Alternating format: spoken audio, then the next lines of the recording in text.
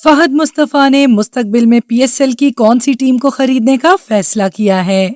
फहद मुस्तफा को शुरू में क्यों नजरअंदाज किया जाता था? ठीक है, मुझे कहा जी मर्सी। नेशनल स्टेडियम कराची में फहद मुस्तफा के साथ क्या वाकया पेश आया? फहद मुस्तफा कौन सा खेल अच्छा खेलते हैं? क्योंकि गालियां बहुत पड़ रही थी मुझे, वो तो बाद में फिर it picked up. Fahad interviews क्यों नहीं देना चाहते?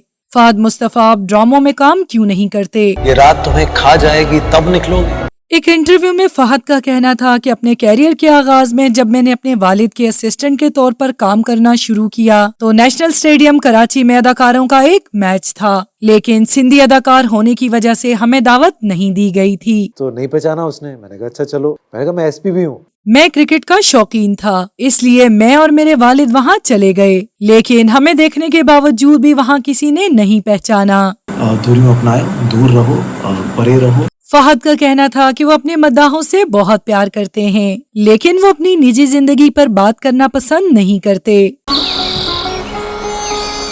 इंडस्ट्री में आने के बाद मुश्किलात के बारे में बात करते हुए फहद ने कहा कि उनके वालिद एक सिंधी अदाकार थे, इस वजह से बहुत सी उर्दू इंडस्ट्री वाले लोग मुझे और मेरे वालिद को जानते ही नहीं थे। मेरे बड़े भाई भी करते थे एक्टिंग हमारे ही ड्रामों में, तो उन्होंने मुझे शुरू में नजरअंदाज किया, लेकिन मेरे वालिद बहुत बड़े सिंधी अदाकार हैं, जितने उनको अवार्ड्स मिले हैं उसके मुकाबले में मुझे कुछ भी नहीं मिला।